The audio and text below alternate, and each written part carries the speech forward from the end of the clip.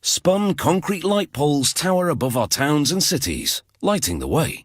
They're actually hollow structures with wiring or cables snaked through the cores. The concrete walls are reinforced by steel, yet these poles or lampposts are flexible enough to bend with the wind and snap back.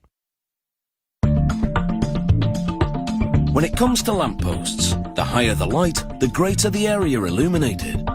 Some concrete lampposts are over 10 meters high. Workers start with the tenon, the part of the pole framework that anchors the light fixture.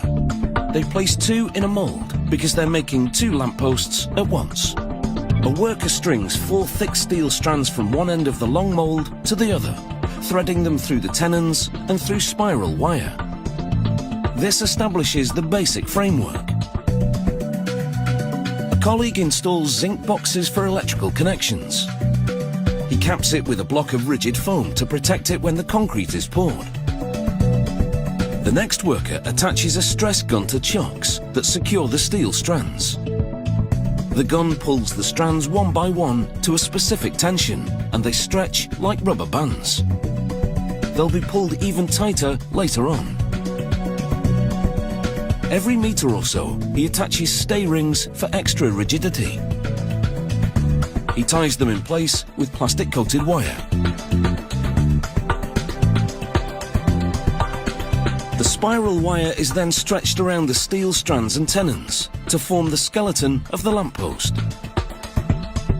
The spiral wire will also stop the post from twisting too much in high winds. A crane transfers the long and heavy mould over to the next station and lowers it onto several stands. A hopper now swings into action. It's a travelling concrete dispenser. As it moves on a track, it funnels a special mix of concrete into the mould. The concrete has been made to order, with the customer specifying the colour and strength. The concrete also has a low moisture content. This makes it the consistency of clay and therefore malleable. As the concrete is dispensed, workers pack it around the lamppost steel skeleton. They scoop up overflow and smooth the surface of the wet concrete.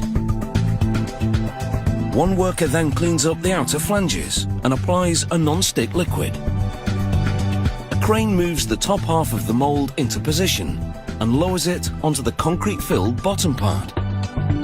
The team bolts the two parts of the mould tightly together using pneumatic impact tools. They now pull the steel strands to their final tension, stretching them so tightly that they compress the concrete once it hardens.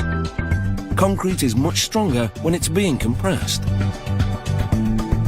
The mould is now ready for the spinning machine. It's essentially a series of train wheels. A crane lowers the mould's running rings into the grooves of the wheels, and then it's time for a spin. The wheels turn at 500 RPM, and the centrifugal force causes the concrete to migrate to the outer wall of the mould. The result is a hollow pole with a dense concrete wall. Transferred to a kiln, the concrete steam cures in the mould for about 5 hours. The concrete lampposts are ready for the big reveal. They open the mould and roll them out. At this point, the two posts are still attached. They examine them for flaws and then they'll separate them. All they need now is some buffing up. Here they polish a different octagonal post to expose the pigments in the concrete.